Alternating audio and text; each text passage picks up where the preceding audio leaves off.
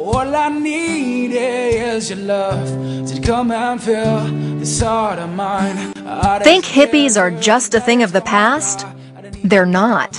Meet singer-songwriter Shawn McDonald. But the same thing, I used their lifestyle to justify mine.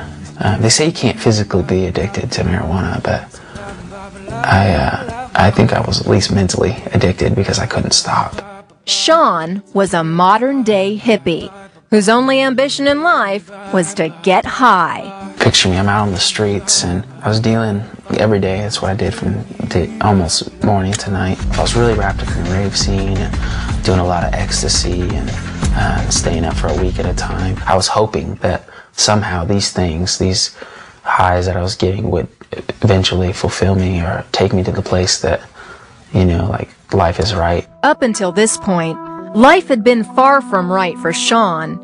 His parents abandoned him as a baby, and even though his grandparents adopted him, Shawn still felt something was missing.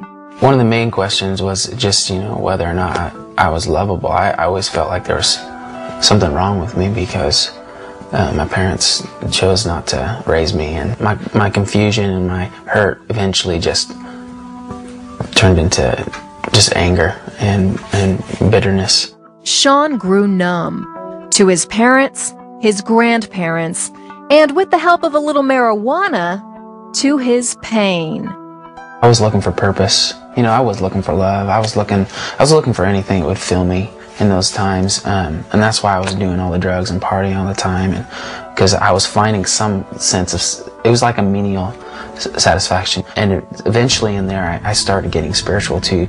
You name it, Shawn tried it. Witchcraft, Hinduism, yoga meditation, and even Rastafarianism. I was really into Bob Marley. I really was into his way of thinking, and I thought it was cool that he could smoke weed and speak of God and do his own thing. I really embraced that. There was only one problem. I can't really say it did anything for me. You know, I can't say that for everybody, but for me, it didn't do anything. So Shawn kept living the hippie life, and when a friend in his college quad invited him to church, he declined. He'd been exposed to Christianity before. It just seemed like people just believed in it to make him feel better. You know, it didn't seem like it was real. That is, until Shawn had an unexpected encounter of his own. It happened right after his second drug bust. He'd just been let out on bail. I kind of was like, God, you know, if you're real, if you're out there, then say something, speak to me, show up, do something. Shawn pulled out the Bible his grandmother had given him years before. I stuck my finger in and started to read, and the scripture I was reading was talking about cleaning the demons out of my house. And it just, for the first time, like, all I could think of was the drugs or my demons. And this scared me enough to where I was like, you know, I'm going to listen. I'm going to get rid of everything. And so I did. Shawn emptied his house of drugs, and 2 days later, the police showed up with a search warrant. Of course, they found nothing. That was when I realized that something bigger was happening here.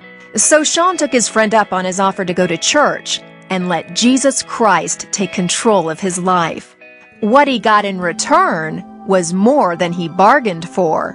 It was like a pure high. I can't explain it, like, other than like his presence, you know, like, was in my body, and this just satisfaction and peace that I'd never experienced before, to the point where all of a sudden I didn't desire all that other stuff. That was when I said no more drugs, no more of this lifestyle, and dropped everything and started running the other direction. Things didn't change overnight. Shawn still had to spend 1 month in jail, and since his housemate was dealing drugs, he faced daily temptations at home. Shawn's only solution was to move in with a Christian friend who helped steer him in the right direction. After this, Shawn's drug days were completely over, and everything in his life turned around.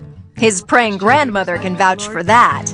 He's like a different person. I don't know how to tell you, except that it's from bad to good.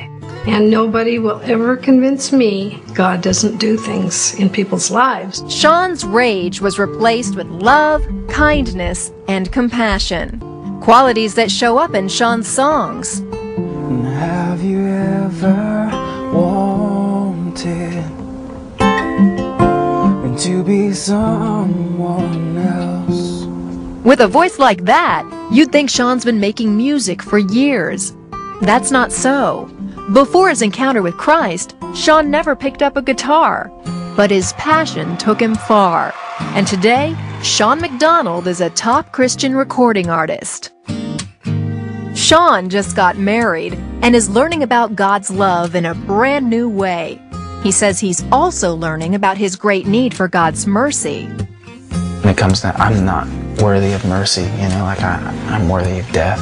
And yet God, for some reason, you know, invests his life into us and decides that he would bestow mercy upon us, you know, and teach us what true life really is. And I know that the more that I walk in his truth, the more that I walk in him, the more freedom that I experience.